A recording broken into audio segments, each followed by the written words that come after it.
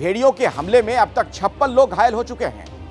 और इस बीच खबर यह भी कि भेड़ियों को जल्द से जल्द पकड़ने की तमाम कोशिशें चल रही हैं। झुंड के 4 भेड़िए पकड़े गए, लेकिन 2 भेड़िए अभी भी पकड़ से बाहर हैं, जंगल में छिपे हुए हैं और मौका देखकर बाहर आते हैं, लोगों पर हमला करते हैं, फिर भाग जाते हैं।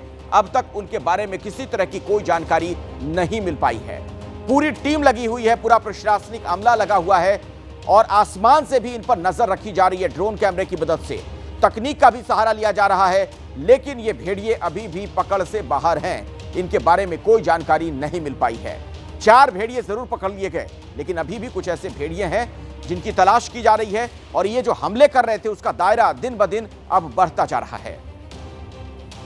मैंने परसों यहीं से स्टोरी की थी और आपको मैंने कहा था कि आपको लग रहा है कि अगर मैं किसी जंगल में खड़ा हूं तो आप गलत है, मैं एक रिहायशी इलाके में खड़ा हूं। अब ये आपको रिहायशी इलाका लग रहा होगा। मेरे कैमरा पर्सन अजीत चाको को मैं बोलूंगा कि वो पैन करके दिखाएं, यहां पर लाइट है, लेकिन आप ये जानकर चौंक जाएंगे कि ये लाइट प्रशासन की दी हुई नहीं है। ये लाइट यहां के लोगों ने अपने से खुद से इनिशिएट करके यहां पर लाइट लगवाई है। उसके बाद इस इलाके में रोशनी, वो इसलिए क्योंकि ये अफसाना का घर है, यहीं पर भेड़िए का हमला हुआ था। ये मैंने आपको दिखाया था। ये बाहर का दरवाजा है, अंदर का दरवाजा उनका वो है, पहले से लगा हुआ था और यहीं पर वो सो रही थी। तो उसके बाद यहां से मैंने आपको दिखाया था कि हमला हुआ था। ये पूरा अपडेट है। अब जानिए कि बिजली को लेकर क्या हुआ है। पहले तो मैंने बता दिया कि ये जो रोशनी आ रही है ये प्राइवेट है। प्राइवेट का मतलब कि यहाँ के स्थानीय लोगों ने अपने से ये बल्ब खरीदा है और लगाया है। समस्या कहाँ आ रही है? अब यहाँ के लोग बता रहे हैं कि एक तो बिजली के आने में अनियमितता है, कट रही है, पहले से कम कट रही है, लेकिन वोल्टेज बहुत कम रहता है। इतना कम रहता है कि बल्ब ठीक से रोशनी नहीं कर सकता। तो ये तो वही बात हो गई ना कि आसमान से गिरे और खजूर पे अटके। क्या दिक्कत है? बिजली रह रही है पहले से? बिजली रह रही है पर वोल्टेज नहीं आ रहा घर पे, लाइट जल नहीं रही है, लाइट पूरा डिम आ रही है। उसका रीजन नहीं बराबर चलता है कि पंखा इतना मतलब वोल्टेज नहीं है कि पंखा चल सके। रोशनी के बराबर क्यों? सर जब पंखा ही नहीं चलता है रोशनी कहाँ से आएगी? जब रोशनी होगी पंखा चलेगा, बल्ब जलेगा। यहाँ कैपेसिटी है 100 वाट का, ठीक है, मतलब 2 ट्रांसफार्मर का, और यहाँ कैपेसिटी दे रहे हैं एक ट्रांसफार्मर में 2 गांव को, तो फिर वोल्टेज कहाँ से मिलेगी? क्या कह रही थी आप? क्या वोल्टेज नहीं मिल रहा? हाँ, नहीं मिल रहा है हमका साहब। अरे तो बल्ब भी नहीं चल रहा है, पंखा भी नहीं डोल रहा है, तो कैसे का? पहले से कुछ बदला है चाचा? उस दिन भी मिला तो पहले से लाइट रह रही है, नहीं रह रही है? अरे हाँ साहब, कुछ तो है। कुछ तो है ना, लेकिन अभी भी फुल नहीं है। खाना खात माना रहा है, अंगना घर में जी के लाइट बत्ती हुआ है, वहू क्या नहीं है जी, क्या नहीं है तो वहू क्या नहीं है। कोई बड़ा आदमी है तो के जुआर गांठ के बनाई ली हो जी के, कोई आगे पीछे ना, कोई सुनवाई नहीं। यही वो इलाके की समस्या है जो मैं आपसे कह रहा था। यही वो इलाके की समस्या है कि सरकारी सुविधाएं उसी को मिल रही हैं जो रसूखदार है, जिसके पास सब कुछ है। जो गरीब है वो बस ऐसे ही रह जाता है।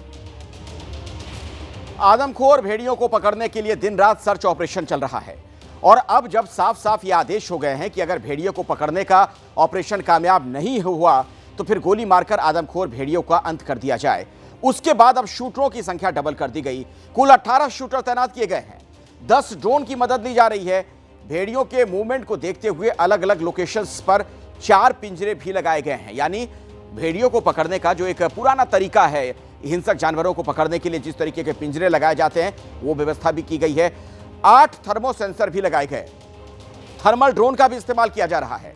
वन विभाग की 25 टीमें जंगलों में खाक छान रही हैं। 350 से ज्यादा सुरक्षाकर्मी सर्च ऑपरेशन में जुटे हुए हैं और इन सब के बीच wildlife institute of India की 3 स्पेशल टीमें बहराइच पहुंच चुकी हैं।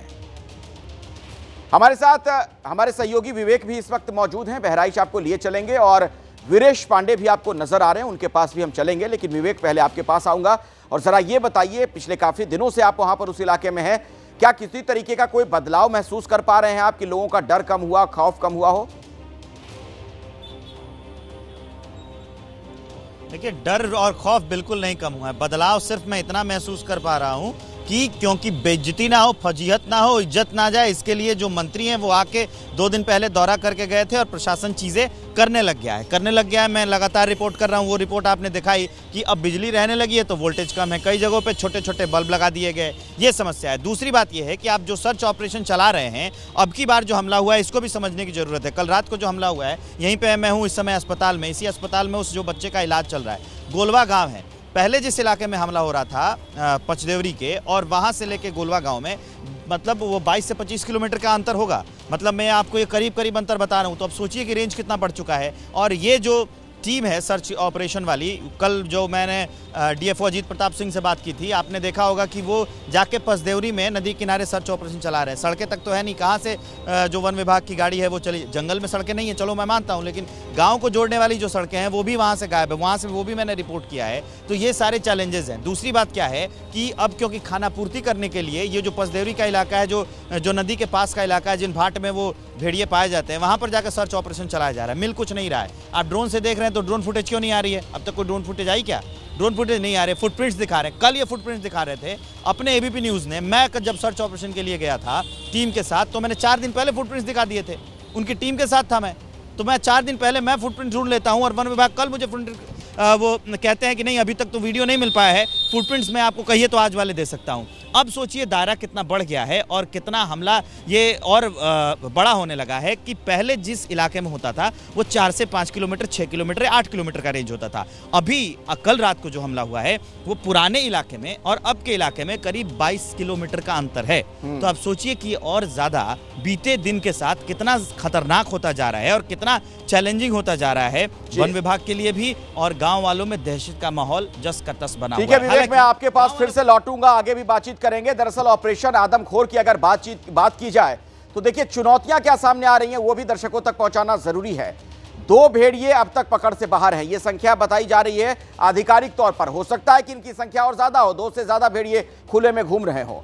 चुनौती यह है कि ये भेड़िए लगातार लोकेशन बदल रहे हैं, यानी किसी एक जगह जब टीम पहुंचती है उन्हें पकड़ने के लिए तब तक पता चलता है कि कुछ किलोमीटर ये आगे निकल गए। लोकेशन चेंज करते रहते हैं, किसी एक गांव में टिक कर नहीं रहते। जाहिर तौर पर ये जो जानवर हैं, जिस तरीके के मिजाज के जानवर हैं, ये एक जगह टिक के नहीं रहते हैं, शिकार की तलाश में इधर उधर घूमते रहते हैं। दिन में नजर नहीं आ रहे हैं कि उन्हें पकड़ लिया जाए, दबोच लिया जाए आसानी से। ये अंधेरे का फायदा उठाते हैं और जिन इलाकों में ये घूम रहे हैं, अलग अलग जंगल के इलाकों में या खेत खलिहानों में या फिर रिहायशी बस्तियों में जहां ये जाते हैं, उन इलाकों में इन दिनों बिजली की बड़ी दिक्कत है, तो रात के अंधेरे का ये फायदा उठाते हैं। गन्ने के खेत छुपने के लिए इनके मुफीद हैं।